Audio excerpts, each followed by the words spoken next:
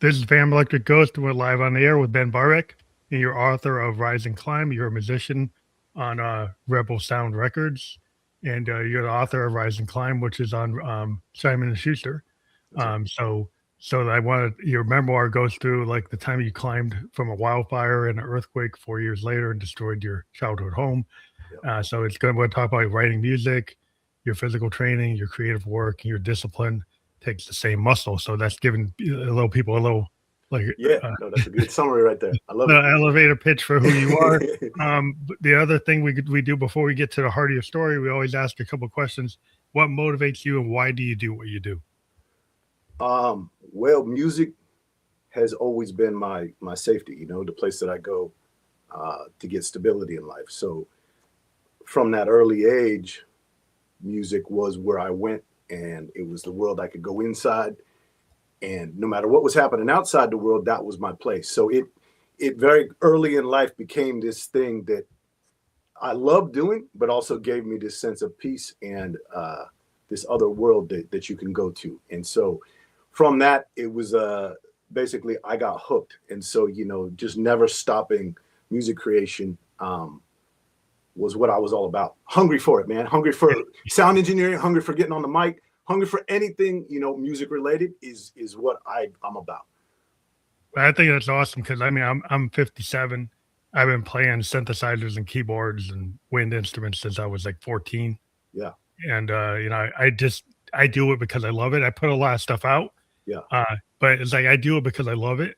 Not because I'm trying to be like the biggest guy in the world, but it's like I just have a passion for music, and I like to work with people who have the same passion.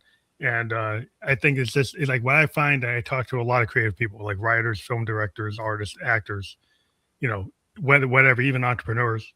And what I find is like people have that spirit within themselves, like they want to tell their story.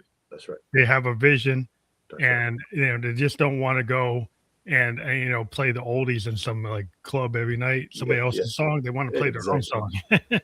Man, that's where it comes from. And that's where it comes from, in my music too. It's like I got something I need to get out, like there's something inside me musically I got to get out. And so if the audience is one, or if it's an empty room, I'm still going to do it.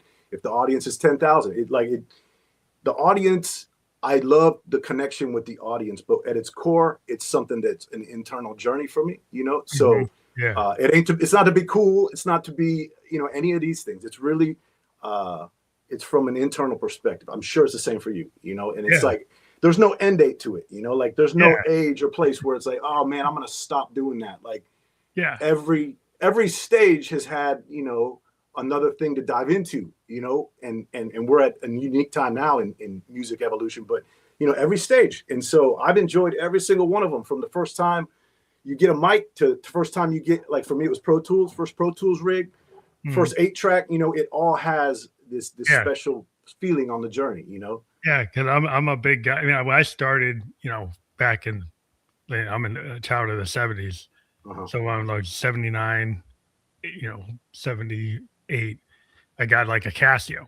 Right. And then it's like, and I was a wind instrument guy. And then suddenly I was watching MTV and seeing all these new wave bands. You seeing like Joy Division and The Cure. And I'm like, oh, what can I do? And I finally got like a Roland. I found an old like Juno that nobody cared about. Yeah. And then I started diving into like, what can you do with these synths? Yeah. Right. And I was big into synths and drum machines, and I had bands that I would just play keyboards for, but I got really deep into what a synthesizer. I could write the whole damn song. Right. I could do everything by myself. Yeah. And I've been in bands, but I kind of I'm a songwriter. So like when you're a songwriter, like if you got the idea and you got the DAW, or you've got like a multi-track, I had Tascams and Fostex, like, 4 tracks, 8 tracks back in the day. And I would just say, hey, if I get the ideas, I'm just going to put them down. I can't wait for the drummer to show up. I can't wait for the bass player. If they don't want to show up because they had a fight with their girlfriend, it's like, no, I'm still going to write the song. Man, I connected at 100% because it's like, once you take away the limitations to it, you have a freedom, like I love making music with other people, but if I'm by myself cooking up the tune, I love that as well, because there's no limit to it. There's no stop, and so you don't have to stop. I went to stop. When I went to sound engineering school for a while, because I just wanted to learn how to engineer music the right way, like I was like, man, I crave how to go about this process. How do you make the songs better and better? And so, that's just another piece of this journey of like, for me, it was like I got a Casio that had these little MIDI cartridges back when I was a kid. And that was my first piece of like, okay, that's the first, example of using MIDI and using, the language of recording. Crazy. Yeah. And then it was like, I took 2 tape decks and like, okay, I'm going to play the beat back on this tape deck and I'm going to record. Oh, you just using like old school tape, like beat boxes and stuff. Right, man. Because I was like, I to me, it was like any way that I could get things recorded. I loved it, And so that's what I'm saying. Like every part of the journey has the same, even today, man, where I queued up some new plugins that I got last week. It's like, it's the same joy, I always get the joy of like, I've got like, I'm a kind of synthesis. So I've got modulars, I got Moogs, I got Rolands, Yamahas, all kinds of stuff. And I just like to dive into like, whether or not you're doing like a subtractive synth or doing an additive buccal synth, like I can get real deep into that stuff. But it's like there's sound design within synthesizers. Yeah, absolutely. There's like West Coast, East Coast, subtractive, additive. There's all kinds of granular. There's all these different techs, right? And then on top of like the AI, but I still kind of old school. I like because I can play keys. I like to put down my own melody because I can play the keys. Right. I understand people who can't play them. It's like fine, they do other things, but like if you can.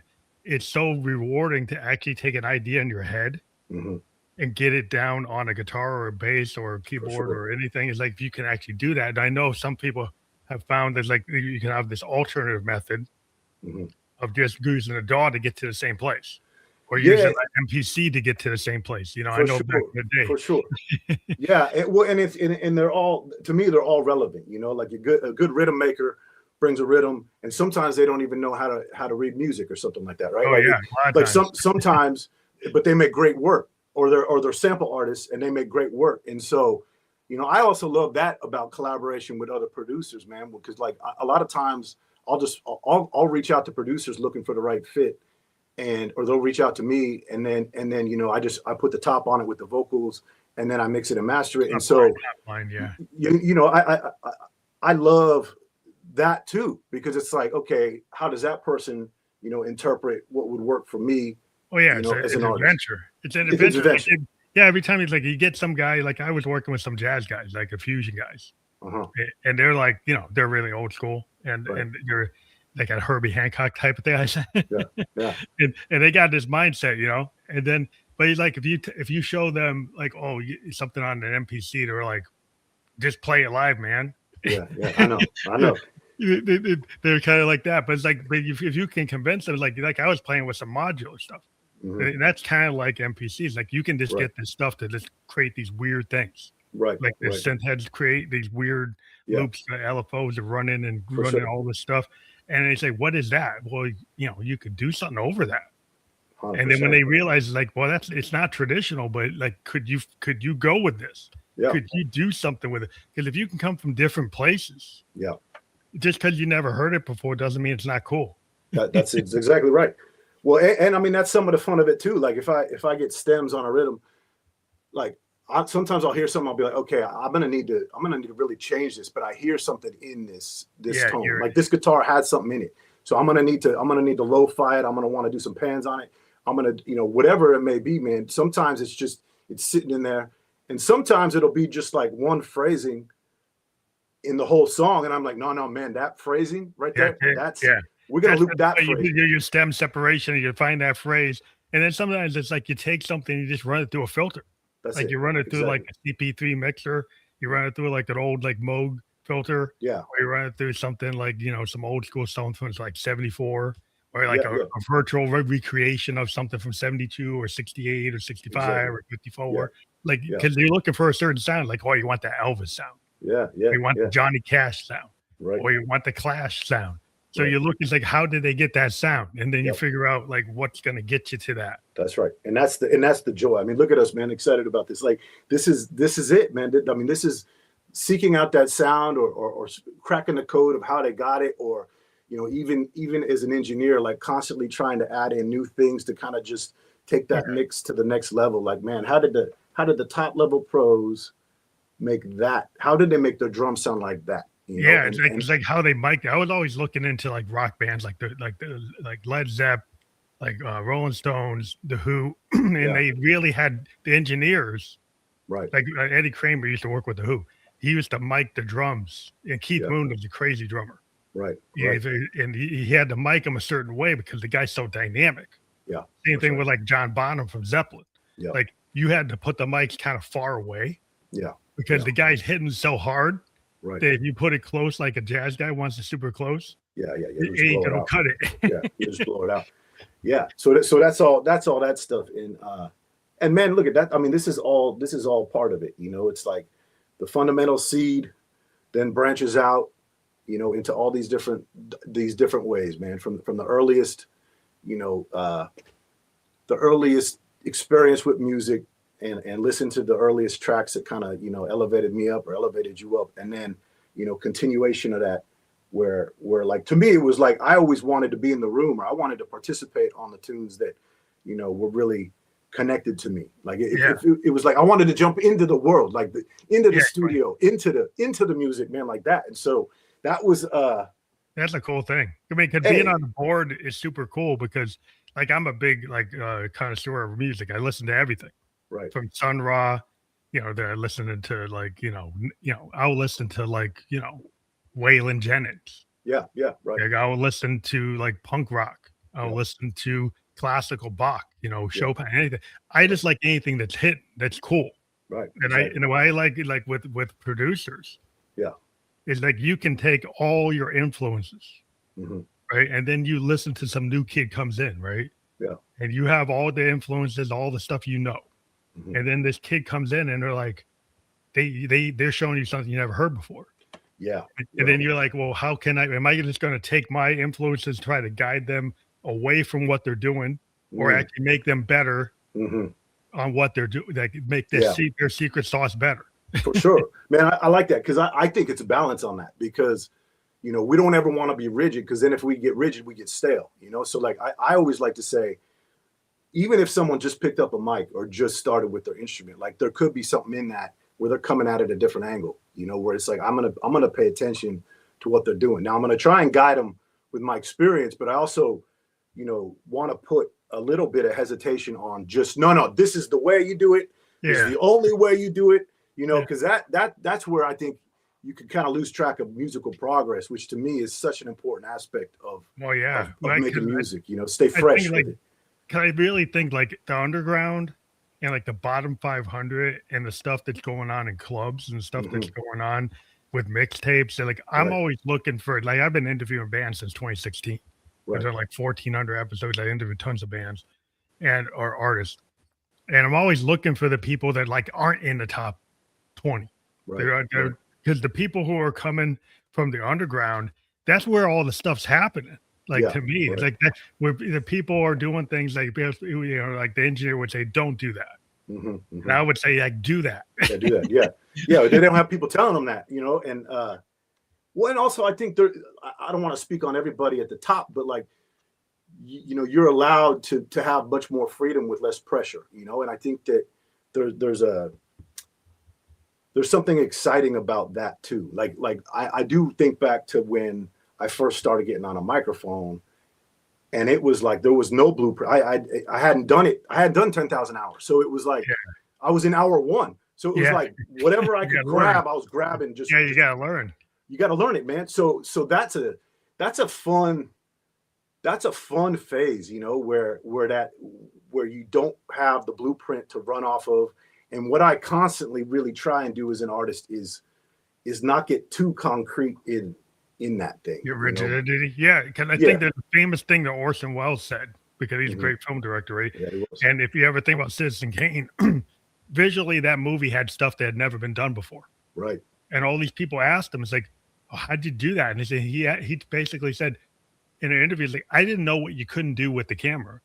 So I went and got a cameraman, and I said, let's do everything that we think we can do. And I wasn't so rigid. I didn't go to film school. Yeah. And I didn't go and say like, oh, that you can't do that shot. Right. You can't. So like, if you have people that never touch, sometimes it's good to take somebody from an instrument and put them on another instrument that they never even played. Right. Right. And Good point. actually see like a good example, like Pete Townsend from The Who, Hmm. his synthesizer work Hmm. is like incredible because Yeah. he's a guitar player and he Yeah. approaches the synth totally different than any piano player or keyboard player. Right. Right, man. And sometimes Well, if I you think, switch somebody to a different instrument, they approach it in a different way. well, that's a great point. I mean, so, I originally started as a drummer, and so when I started transitioning into lyrics, it had the drum patterns to it. It Mhm. maintained the rhythmic flow of it because I love that. Like I like the That's what you hecticness. know. That's what Yeah, you it's know. what I know, it's what I love, and it's what I want to hear. So it's like it gravitated. So that's a great. Your point is well taken for me, man, because that is kind of how the progression continued. Was that moment where I'd always done lyrics and played around, but the moment that I was like given the mic for the band that I was with at the time is when it became this other thing, and I just directly got off the throne to the mic, and so that's Yeah, that's the mic. The thing is, like, your voice is an instrument.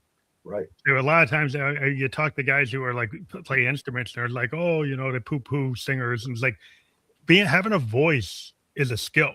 Yeah, Whether you're like a hip hop singer or a rap singer or beat poet, spoken word, whatever, it's still it's an instrument, for and you sure, learn how to use it. And for when sure. you like the first hour versus your 10,050th hour, Hmm.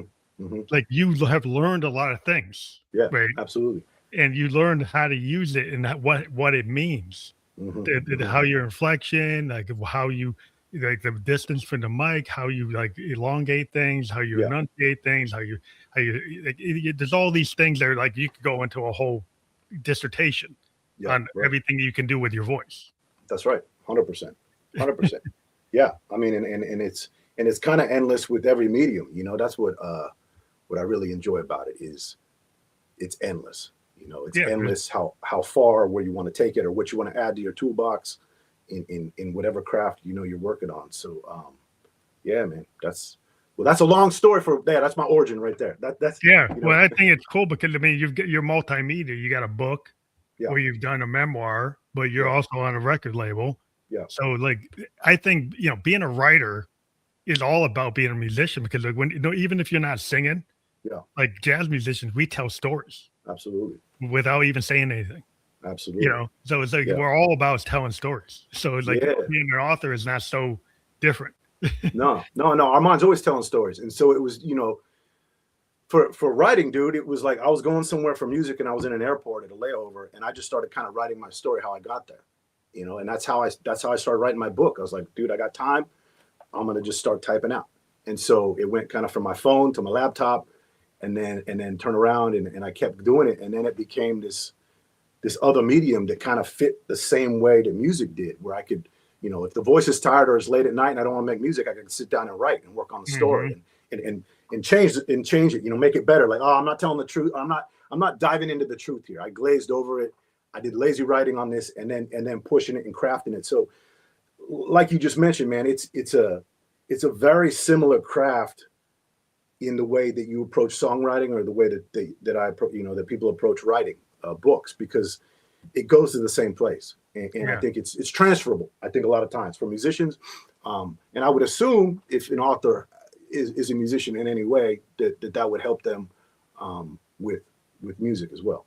Yeah, because I think it's just like in songwriting, like you have to get to the point in a smaller time frame.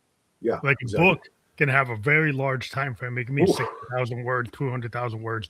Song is like maybe 5, 6 minutes, yeah, and that yeah, today it's probably like 3 minutes. I right. come from progressive era or jazz songs. They're Yeah. like 18, 20 minutes. Ooh, that's a Right. long song. But Yeah, like, but that, that's that format. right. But it still is like it's short form. It's not a Short form, 2 hour movie, right? dude. So even if Yeah. it's 18 minutes, it's still not long form. So you learn how to get to the point. Yeah, well, exactly right. And I'm used to doing 2.5 to 3.5 minute songs, pumping them out as singles. Next, next, next, next, next. Right. So you Mhm. just all right. No weak lines. That sounds great. I like the song. Drop it. Next song. With the book, it was grind through it for a year or two, get to a conclusion, test the waters on it, go back to it, rewrite, and get it better. And this thing took me 8 years to write the book, man, Oh wow. because because it, like, I had to just understand, well, first you got your first time writer, I'm first time writer, you know, and then if it was about my life, I got to be really honest. And so there's layers of honesty in writing a memoir where, like, damn, I don't want to go there. And then I'm like, well, no, I'm cheating the reader if I don't go there. Like, I got to go there. Yeah, it's vulnerability. Yeah, like yeah. So vulnerability got to be there. I gotta rewrite it. I gotta see what's what. I gotta check it with people that are gonna tell me honestly what needs to happen, you know. And so I was just, man, I was in that thing. I would wake up early and just a couple hours every morning, just sitting in the darkness, working on the book, just really finding the truth within the story. And like, you know, hey, like, why am I telling this story? Am I trying to flex who I knew or where I was, or is there something in the story that actually matters? And so, all right, throw that out. That doesn't matter. You know, what really matters is actually the vulnerability I faced, or that I was nervous meeting with that person, or I got rejected at that meeting that could have got me to major label. Like, you know, get into the things that are the real experience, you know? Yeah, the real heart of it. Because I think people want to have that authentic. I mean, that's why they like songwriters. Yeah. Because songwriters tend to, you know, they really key in on their vulnerability. Right. I mean, you get some people who get a lot of bravado. Yeah. And they don't really talk about vulnerability, but then you get other people that are like, they actually tell you the truth. Yeah, exactly. And when you tell the truth, a lot of people find that very enamoring. They get really drawn in. And an author is like, you have to draw somebody into a book. Yeah. You have all these distractions today. Yeah, I know. You've got to get somebody to stay in that book so they don't put it down. That's it. That's it. And like so for me, every chapter was a song, because I've been writing since I was 5. So every chapter was a song, you know, that I could talk about why I wrote the song, about what I wrote about, you know, dive into what's happening in life and what was going on in that. And then, you know, when I released the book, I released the audio book, and I was able to put my music through my life in it. Oh, cool. You know? Yeah. So like media.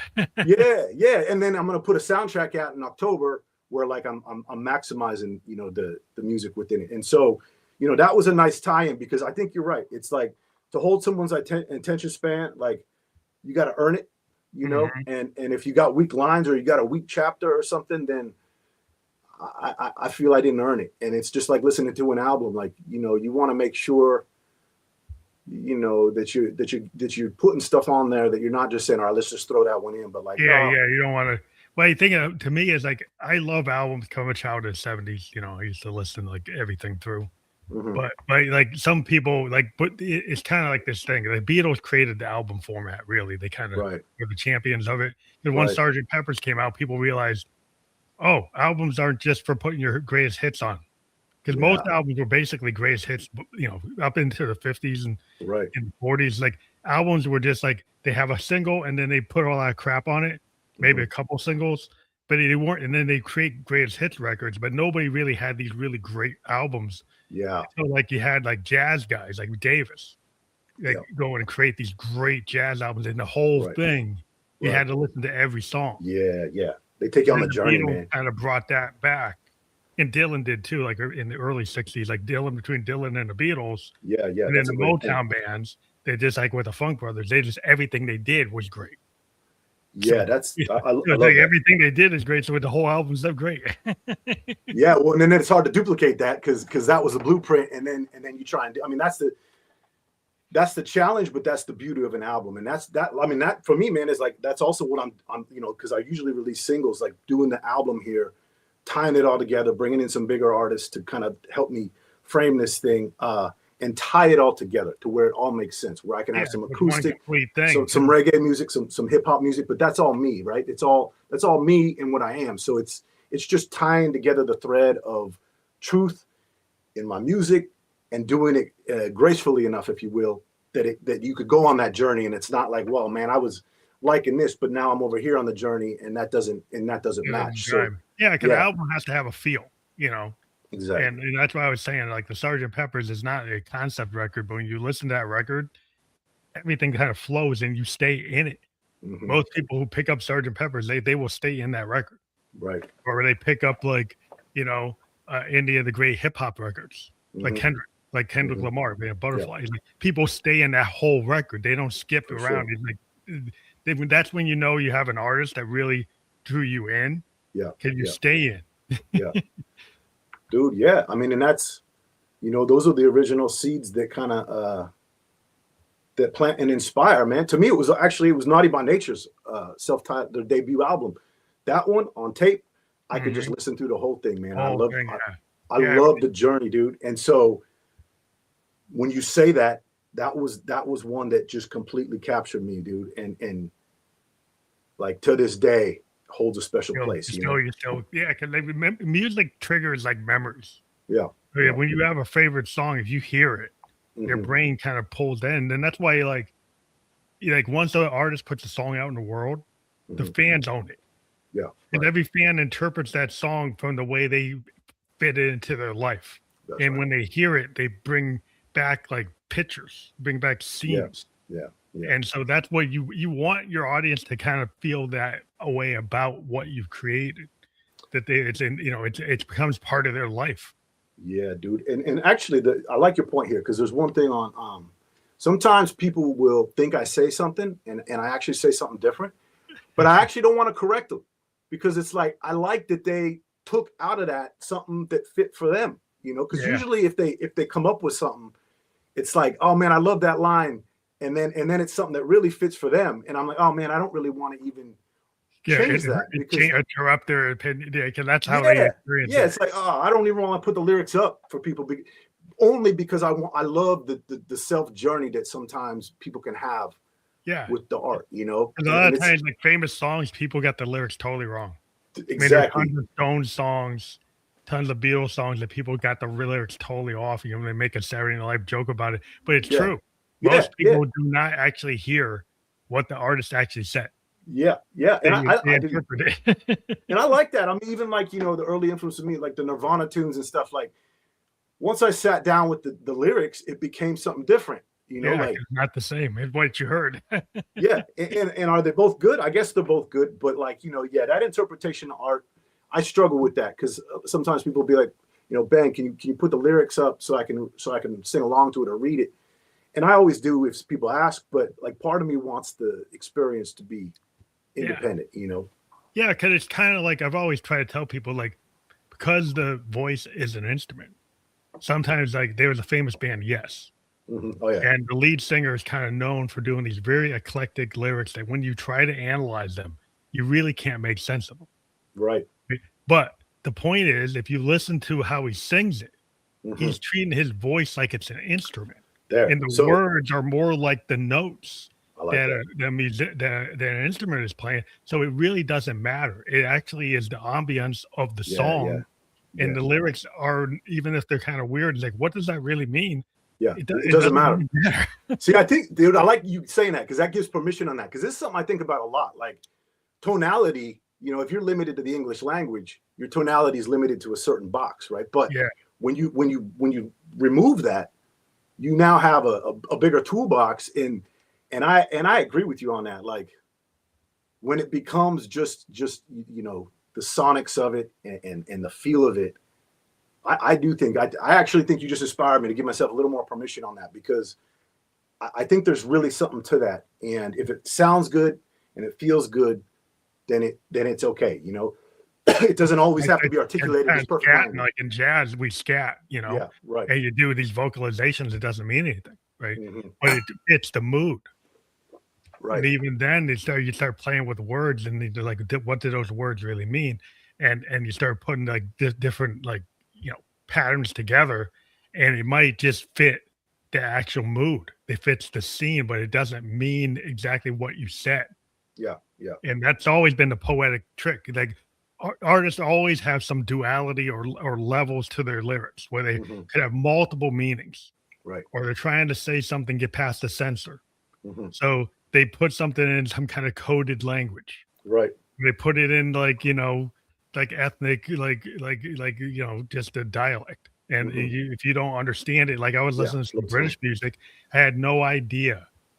But like the Kinks, like it's famous that the Kinks have very British specific stuff in their songs. And if you're not from England, you're not from that town, you don't know what Ray Davies is talking about at all.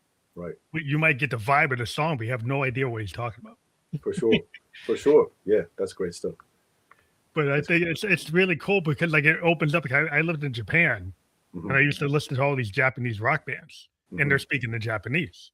But Right. I would pick up the vibe Yeah. of what they were doing. I was like, I eventually I learned how to understand what they were saying. But I just initially just heard the song. And I like the riffs. I Right. like the chorus. I like the structure. I just liked the what it sounded like. I didn't really care that I didn't know. The same thing if you listen to like Latino music or Yeah. African music or world Right. music, you can get into stuff and it's like, do you really need to know? Yeah. Or No, I do you think the answer is like no. the vibe? Yeah. I think the answer is you just enjoy it for sure. Yeah, for sure. So like when you write a song, one of the things I always ask like writers, like, Mm-hmm. are you like, does it come to you like a download from the universe, or do you like really craft it and plan, or is it like every song has its own birth and everyone's different? I think if I overplan it, then I ultimately throw out what I overplanned, and I go back to that gut feeling of what's coming out. Hmm. Anytime I've overplanned it, it comes out a little overplanned, and I need a little bit more of the emotion of what I'm actually feeling to deliver. So, I always will have like a general idea, general concept for the music. And I'll go with that or whatever I'm feeling at the time, you know. And then I'll just kind of take that general concept and then I'll build it out from there. And I really don't like to write out the lyric to the whole song beforehand. I like to kind of do that on the fly, man, because yeah, I find yeah, that yeah, over because time. when you're in it, you're like, okay, that line now worked. You know, now I'm going to build off that because that was different than how I originally thought I'd flow on it, but it was way better. Because I think also, man, at least for me, and I would think most musicians, like, I got to warm up into Yeah. the zone of being in the tune, you know. Uh-huh. So if I'm writing on a park or something, like that's not me in the tune, forgetting all the stuff of the world and like being inside of it, right? So it's Yeah, like you kind of got to focus on the you tune. got to tunnel vision it, narrow it down, push away all the responsibilities of life, and get to what that thing is. And so that's the magic, I think, of studio work, or you know, if I'm at my home studio, or if Yeah, I'm at another studio. Then You know, it's like what I love about having a home studio, because I've learned this over time, is like, you know, when I was 17, I would like be writing the lyrics out, going being very specific. I was at these rock bands and we're trying to write like Beatles stuff, the right, Stones type stuff. right. And we were writing very specific, very tight. Hmm. And as I got older, I'm like, you know, I got more into jazz, more in Yeah, experimental music. I started going into like stream of consciousness. yeah, And yeah, just like I have a home studio, I just I just put my multi-track on, turn my mic on, sit at the piano, and just yeah, riff it. yeah, And then I go back and listen to what I did, and then I yeah, say, "Ooh, I could zoom in on that." And then yeah. I'll go back, and then even if it's on multi-track, I might just take the original and just overdub a lyric. Right. And I Yeah, find that sometimes that original stuff is so good yeah. that, you know, third, fourth take, I can actually use it. That I think you just hit on what I was about to say. Third or fourth, like so. I'll run through the tune, one take, warm up, check it out. Then I'll do it again, and then somewhere in that you'll find a sweet spot. You know, usually like for me, it's like in verse 2 or maybe even deeper, the bridge, and the bridge inspired it. Mhm. Now I found the voice. Now I found the cadence. Now I found the message. Now I go back and the original stuff sounds weak, and like I'm still searching. You know, still searching, and then I put in that, and so then I just kind of build out of that, because I'm sure you feel this too, man. Sometimes then I come up with something else that now makes that bridge piece I thought was great Yeah, it doesn't work. down here, and because now this thing's up here, so now the bridge piece is a weak. So I love that process, man. Of like, all right, Yeah, which one's which? Yeah, yeah, you keep on playing because the tools today, you can just dive in. You know, I can cut and paste stuff. So I can do something live, and mhm, as I had like the baseline 2.4 minutes in, yeah, this baseline I should move it, right, right? Or I should cut it and then sample it and then turn it around. yeah, yeah, And so you can do so many tricks. Like I could yeah, actually have played something, yeah, then I could sample it, then right, turn it backwards, invert it, yeah, run it through yeah, some filters, and it's like, oh, I actually like that better. You yeah, know, so exactly, you have so many choices that sometimes you have too many choices. Then sometimes you have to like, oh, wait a minute. Like sometimes the big problem is you overlayer. yep, Like you might have something like, you know, 8 tracks, 4 yeah, tracks.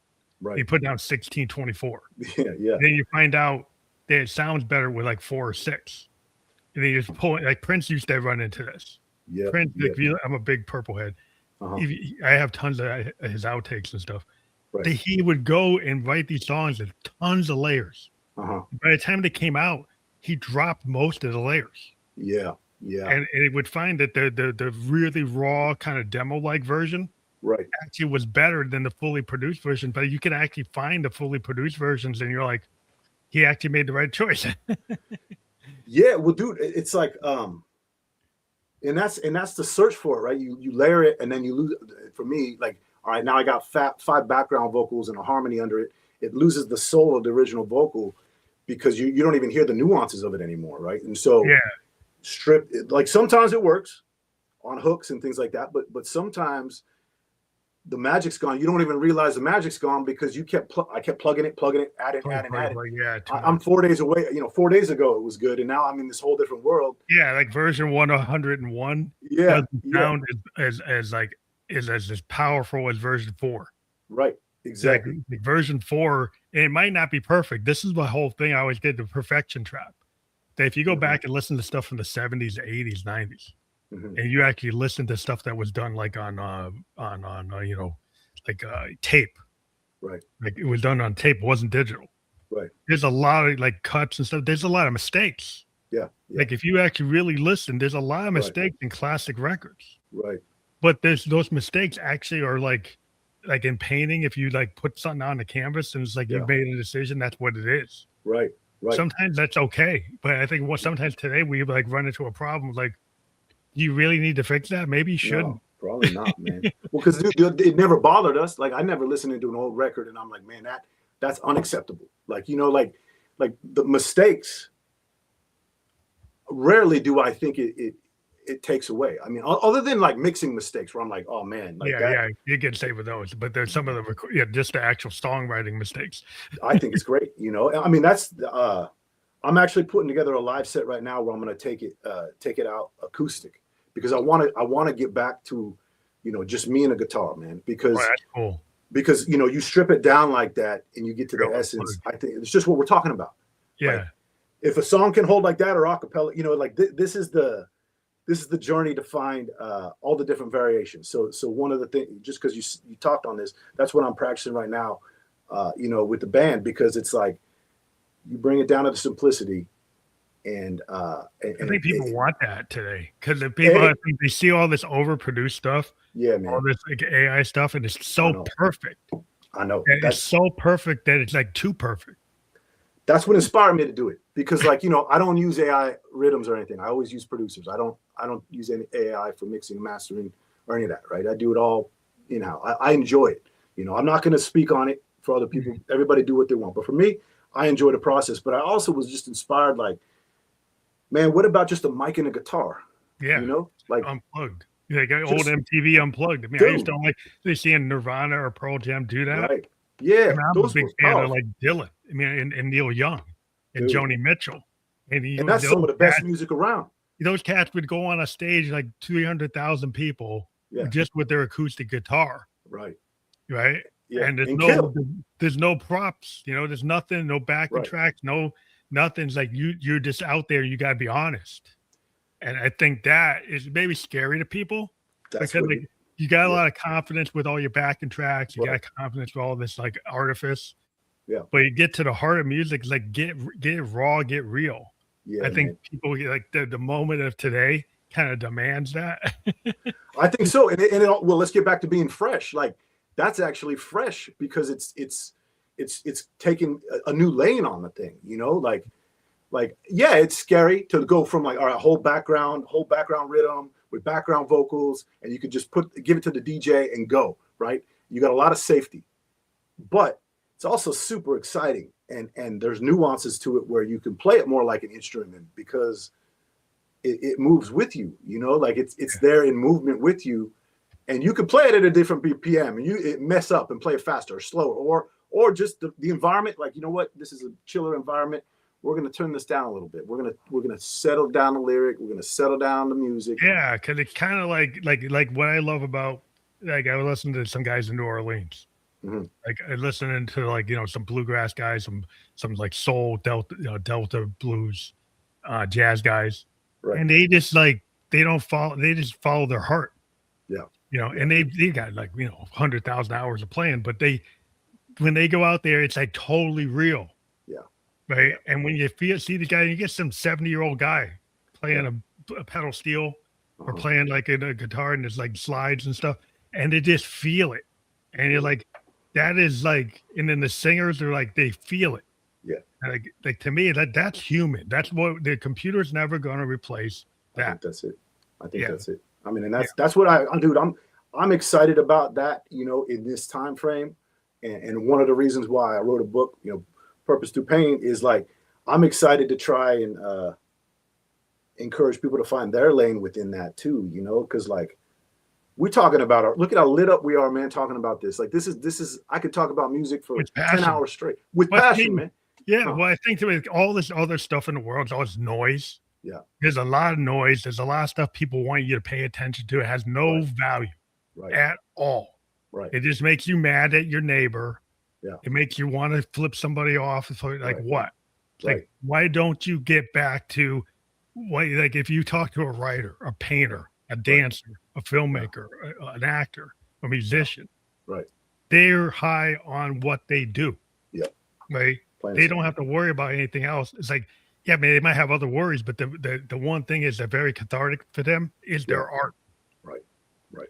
And if people found out how much you can do, like the art therapy, people go to the therapist. It's like you don't have to pay your therapist as much money if you start doing some art. No matter how good you think you are. Yeah. Actually start painting. Right, man. Start doing photography. Find something. Yeah. And you'll find out you don't need all the pills. Well, dude, I mean that's what I read about in this book, man, is those exact topics. Is that stuff clouds it, it dulls it, but in the actuality, you could channel you happy, you could put that in the music or the art or the book. You angry, put it in the tune. Like when things are painful is when the art's really brewing to come out, man. And so out, that's how I've lived my life, and that's why I wrote a book about my life and the issues I've been through in life.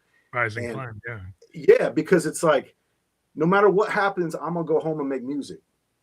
Like I'm gonna make music, man. I'm gonna continue with what I do. And so if a guy flips me off on the freeway, it's like I'm not willing to go toe to toe over a flip off on a freeway. We just happen to be driving at the same time, and it's tense driving on the roadways, man.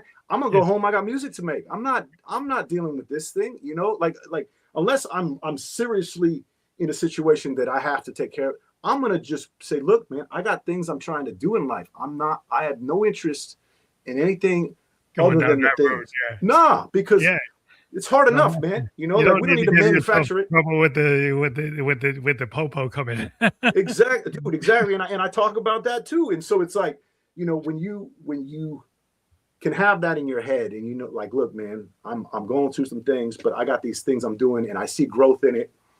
I see progress in my music or my writing or sport. If you like sport, or lifting weights, or sport's the same thing. You can put the energy into that. Same thing. And so it's like, put it into that. And if you got a game the next day or that night, or you're training for a marathon or whatever it is, dude, it's like that puts things in it where, like, if you're in some trouble, if you're in some painful situations, you're not going to make bad decisions because you got things. You got things to do. Like, I'm a mountain biker. I live in New Hampshire. And like, if I get frustrated, I put it into the trail and like climb that hill, climb that mountain, and come down that creek bed. Dude, like, I can't worry about nothing when I'm coming down the creek bed. Right. You're focused on it. No, I'm focused on that. Yeah. So it gives you all that other crap. You just drop it. It's like, because if I keep on thinking about that, I'm going to wipe out. And the guy behind me is going to wipe out. So it's like, I better like pay attention. You better pay attention, dude. And I mountain bike. I'm by the Santa Cruz Mountains here, and I lived in the Santa Cruz Mountains, which is a nice mountain range here in the Bay Area. And so I know exactly what you're talking about. And when you're on that bike, you're completely locked, tunnel vision on the thing. Just there's no room for error, and so you don't have time to drift. And that's that's where people got to get the focus. Like, focus on something that's cool. Yeah, that's not hurting anybody. It's gonna help you on like mountain biking. You're building yourself up. That's it. And you're building up a skill set, and he's like, you get proud of yourself. It's like you took that, you came down the creek bed and you didn't wipe out, Yeah. right? Yeah. You made it up the hill, and you Right. still had enough energy to do another hill. Right. You know, Yeah. so then you're like, well, that's positive because you're helping yourself. Dude, You I know? mean, that's what I'm saying with the rise and climb too, man. Is like you rise up in the morning and you climb in your endeavors, and you give the perfect example in mountain biking, you know, or like I like to run trail and get up to that mountaintop and just look around, dude, and like, you know, just find that peace and find yourself on a journey of climbing that you enjoy, you know, like Yeah. it's not just an aggressive, difficult climb. It's enjoying like writing music every day or whatever it is, a couple times a week, you know?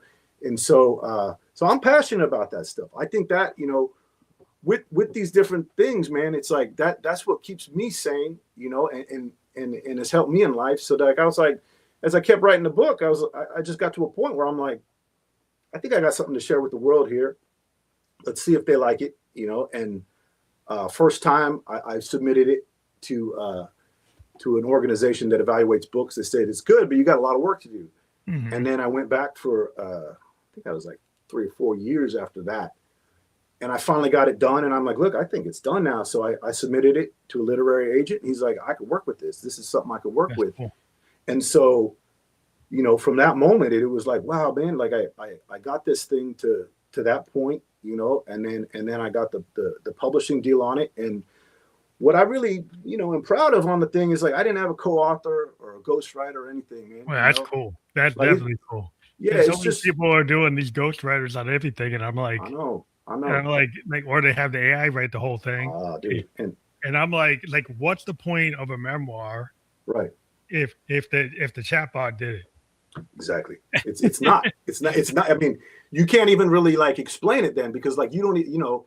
The truth in the words when every word is your own and you wrote it like that, you know, is like it just felt right, man. And so that's how I went about it. And you know, I had the Skyhorse you know, executive editor help me with just some nuances, you know. Oh yeah, editors are cool. I mean, that's a totally different thing. But like different thing. Yeah. I think the idea of you know, just when you put that in your own words and then when you go out like on a book tour. Mm-hmm. And you actually go in front of people and you have talks. Right. Like authors will go and have these talks like in libraries or coffee shops. Then you like if it's your story, you can tell it. You know? Exactly. Yeah. And if you know all the details. Book, yeah, you actually did like it's like a mini movie. Like if once did you do your own audio? I did it, man. Yeah, I recorded it all. So I had done 1 or 2 in the past for different people. So I knew the process. But I mean, honestly, dude, that's its own thing. That's its own. Because you want every line authentic, right? And so you got to re-listen to it and be like, oh man, I kind of drifted into, you know, not really my voice there. And, you know, you're trying to experience the emotions. Like I talk about some pretty heavy moments in my life, man. So like, you know, those require a certain presence that's kind of exhausting to be. Yeah. So it takes a while. It's like I said, it's like building a movie. It's like an audio movie. It is.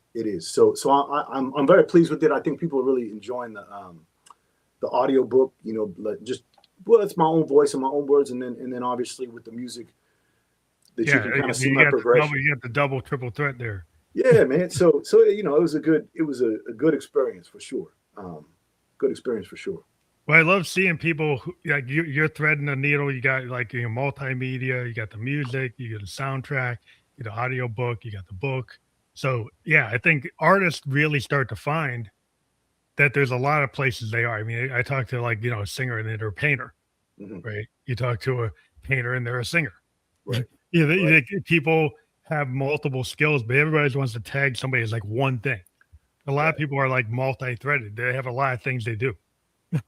Yeah, I love that point. Actually, I love that idea of multidimensionality and to where we don't have to take the identity of any of it. It's just we're just who we are, you know, and we do all these things. And I think there's a great freedom in thinking like that. Like you just said, I mean, you're hitting points that I think of often, man, just to let you know, like that's something I really am passionate about what you just said, because it's like, then you don't really fit in a box of like, okay, this is Ben, the reggae artist. No. This is this whole thing. and it's just what it is, you know. And so Yeah, you can be anything. Like I love people like Miles. I always talk about Miles when he went from like bebop to fusion, and the right, jazz purists all killed him. They said, "What are you doing? That's right, not jazz." right, But it's like if I'm the jazz goat, yeah, I'm the goat for right, bebop. right, I can't do what I want. right. It's like I he's think like, you who earned it. cares? Who Yeah, cares? you earned it at that point. I'm gonna do Yeah, what I want. yeah, dude. It's well, and also like it also be ungenuine not to do what you want, right? Because Yeah. if you stay in a lane and you're not really feeling at that moment, then like Why should you stay there? yeah, People get killed. Like a lot of artists, like people want them to keep on doing what they did when they were 17. yeah, yeah, They were when they were 21, right, and now they're 45. right, Right. And like I can't be where I was at 17. I could try to fake it. yeah, And if you like me faking it, I guess I can make a lot of money faking it. yeah. You probably can. You probably can. One like I think it's good to like. I think there's this thing where like it's nice to give the fans the pieces that they want from your catalog, right? And at the same time, you got to evolve as an Go artist. forward. Yeah. Cause you Yeah, don't want to be just like that that kind of bar band yeah. that's just playing Tom Petty all night. No, dude. Like you don't want to be that. I mean, Tom Petty's cool, but you want to I, spend all your life doing that? Like, I don't. I mean, I don't know, man. Like, I think maybe some people do, but again, your example there is also an example I use. Is I'm trying to just make music that's fresh and what I want to come out and what I want to give, and grateful when people connect to it. And that's same with the book. It's like this is me, man. So like that's the way that I presented it, and so far it's been I've enjoyed hearing people's feedback on it. That's cool. I just want to let people know we got the QR code up there, so if people take their phone, it's been up there. That will bring you right to residenclimb.com. Yeah. So the people, the URL below is clickable once we're off the podcast and we've been live on LinkedIn, YouTube, and Kick. But if you want to immediately jump to that website, and that's where people can get the book or find out everything about you. Yeah, the book, a little bit of the backstory, the music links to the to Spotify and different places too, and then eventually it'll have the soundtrack and things like that on it as well. So, cool. Yeah, dude, that's the hub of it. Well, we encourage people to do that. We've been using these QR codes because it allows immediate access in real time. So if somebody wants to like, oh, I want to know what that is, they can just take your phone, do that, and we encourage people to actually click on the QR links that we give people because we want people to support the artists that we talk to, actually dive into what we've been talking about, because everybody on the show has something to say, and we want you to dive into the story more because the QR codes I give you the depth of what we've been talking about. You can actually experience their work, so that we encourage you to do that. I want to thank you for being a guest on the Family Electric Ghost podcast. Oh, thank you for having me. This is a great conversation. Well, thank you. Well, I love talking to musicians and artists. That's the kind of my jam. But have a good rest of your day. Yeah, you do the same. Take care.